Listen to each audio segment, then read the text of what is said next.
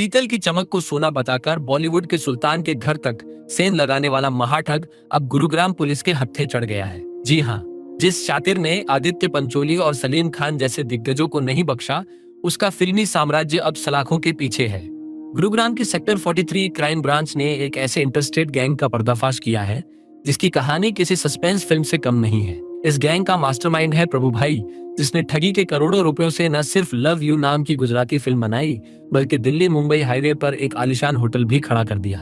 इनका तरीका इतना शातिर था कि आप भी दंग रह जाएंगे। ये लोग मजदूर बनकर घूमते थे और कहते थे कि साहब, खुदाई में सोने के सिक्के मिले हैं। पहले असली सिक्का दिखाकर यकीन जीतते, और जब करोड़ों की डील होती तो पीतल के सिक्कों पर सोने का पानी चढ़ाकर चंपत हो जाते। ताजा शिकार बना गुरुग्राम के सुशांत लोक का एक निवासी, जिससे इस गैंग ने 2.5 करोड़ रुपए और 50 तोला सोना ठग लिया। लेकिन गुरुग्राम पुलिस की मुस्तैदी ने इस गैंग को गुजरात से घसीट निकाला। जांच में पता चला है कि ये आरोपी पिछले 25 सालों से ठगी कर रहा है। इसने फिल्म स्टार आदित्य पंचोली से 25 लाख और लेखक सलीम खान के पीए से 20 लाख की ठगी की थी। इतना ही नहीं, ये महाठग अपनी पत्नी को पार्षद का चुनाव लड़वाने की तैयारी भी कर रहा था। देखिए, 13 को फर्स्ट टाइम पर जो कंप्लेनेंट है, जो इस केस के मास्टरमाइंड है, एक्यूज प्रभु सोलंकी, उससे मिला। उसके बाद 2 मार्च को ये ट्रांजैक्शन हुई, जिस दिन ये धोखाधड़ी हुई। लगभग बीच का जो समय था वो उसने अपना उसका विश्वास जीतने में लगाया। 1 अप्रैल को इसमें एफआईआर हुई, और एफआईआर के बाद हमारी क्राइम ब्रांच है 43, उन्होंने तुरंत इस पर कार्रवाई की। हमने टेक्निकल डाटा से आइडेंटिफाई किया लोगों को, और उसके बाद गिरफ्तारी हुई। जो एक्यूज है प्रभु सोलंकी, वडोदरा गुजरात का रहने वाला है। एक इंटरस्टेट ऑपरेशन चलाता है ये। लगभग 25 साल से वो इस तरह के धोखाधड़ी के मुकदमे उसके ऊपर होते रहे हैं, और 25 साल से वो इन सब चीज़ों में संलिप्त है।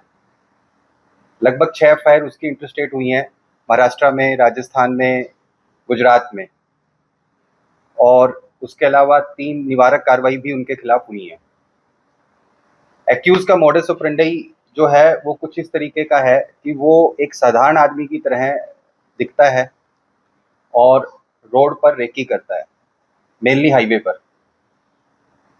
और जहां उसे कोई बड़ी गाड़ी वाला व्यक्ति गाड़ी का पंक्चर लगाते हुए या गाड़ी खराब हो गई है उसमें अगर कहीं इन्वॉल्व मिलता है, तो उसके पास जाकर वो ये बताता है कि मुझे कुछ सिक्के मिले हैं गोल्ड के। वो जेसीबी ऑपरेट करता है और खुदाई के दौरान रेलवे पटरी के नज़दीक मिले हैं। विश्वास जीतने के लिए वो ओरिजिनल गोल्ड कॉइन्स उनको दे देता है, उनसे नंबर ले लेता है, और जब पीड़ित उनको चेक कराता है तो उन्हें पता लगता है कि ये तो ओरिजिनल गोल्ड है, और किसी व्यक्ति ने इतना विश्वास करके दिया है तो या तो वो मूर्ख है या बहुत शरीफ व्यक्ति है। धीरे धीरे करके वो विश्वास जिताता है, और फिर किलो के हिसाब से गोल्ड का रेट उनसे तय करता है, और यह कहकर विश्वास जीतता है कि वो आम आदमी है, साधारण व्यक्ति है, मजदूर श्रेणी का है, तो उसको बड़े ज्वेलर शोरूम पे कोई एंटरटेन नहीं करेगा। साधारण व्यक्तित्व को देखते हुए लोग इनके झांसे में आ जाते हैं, और फिर उसके बाद ट्रांजैक्शन होती है। सौदा तय होता है 8-10 करोड़ रुपए का, पर चूंकि इतने पैसे इमीडिएटली अरेंज करना अमूमन मुश्किल होता है, तो जो भी 2, 3, 4, 5 करोड़ रुपए अरेंज हो जाते हैं केसेस में, उनको लेके और ये वहां से फिर निकल जाता है। बाद में चेक कराने पे पता चलता है कि वो सभी तांबा है जिस पे गोल्ड प्लेट किया गया है। इस केस पे भी ऐसा ही हुआ था। पीड़ित के पास अच्छी गाड़ी है, हाई एंड, और वो हाईवे के ऊपर अपनी गाड़ी रोककर उसका टायर चेंज कर रहा था। उसी समय उसने आकर उसको बतलाया कि उसे खुदाई के दौरान ये मिला है। लगभग 15 से 20 दिन तक वो उसको अलग अलग तरह से गोल्ड विश्वास जिताने के लिए देता रहा, और जब पीड़ित को ये विश्वास हो गया कि इसके पास सच में इतना गोल्ड है, तो उसने उससे लालच में आके डील की।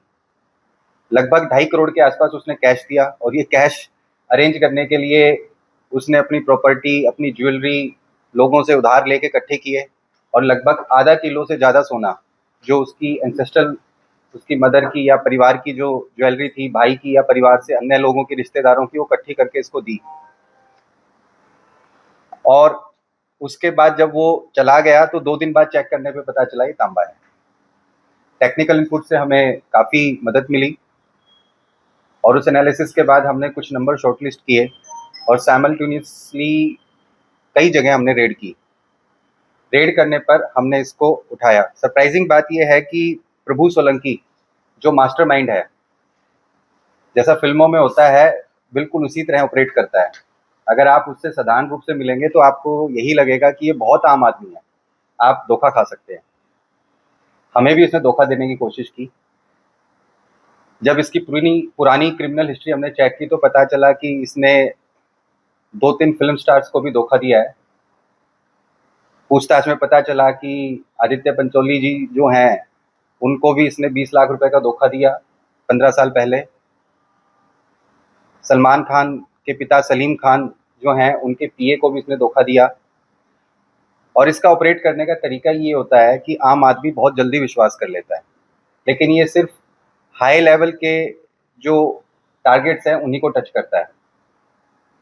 जिस समय हमने इसे डिटेन किया, इसने लगभग आधा किलो से ज़्यादा गोल्ड पहना हुआ था।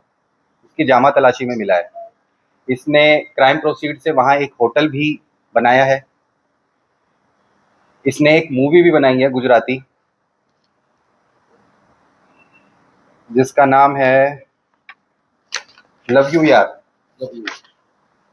लव यू के नाम से इसने एक गुजराती फिल्म भी बनाई है।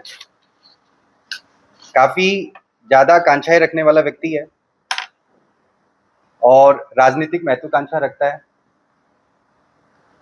इसने अपनी पत्नी को जिला परिषद म्युनिसिपल कॉर्पोरेशन जो है लोकल, उसका इलेक्शन नामांकन करवाया है। हमारी टीम ने बड़ी सूझबूझ से नामांकन के दौरान इसको साइडलाइन करके वहां से गिरफ्तार किया और दूसरे स्टेट में जाकर ये ऑपरेशन चलाया।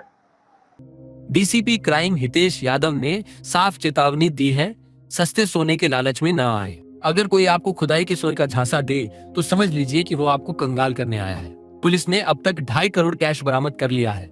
लेकिन क्या आपको लगता है कि ऐसे ठगों के लिए सिर्फ जेल काफी है? अपनी राय कमेंट में बताएं और हरियाणा की हर बड़ी अपडेट के लिए देखते रहिए हरियाणा ग्लोबल वॉइस।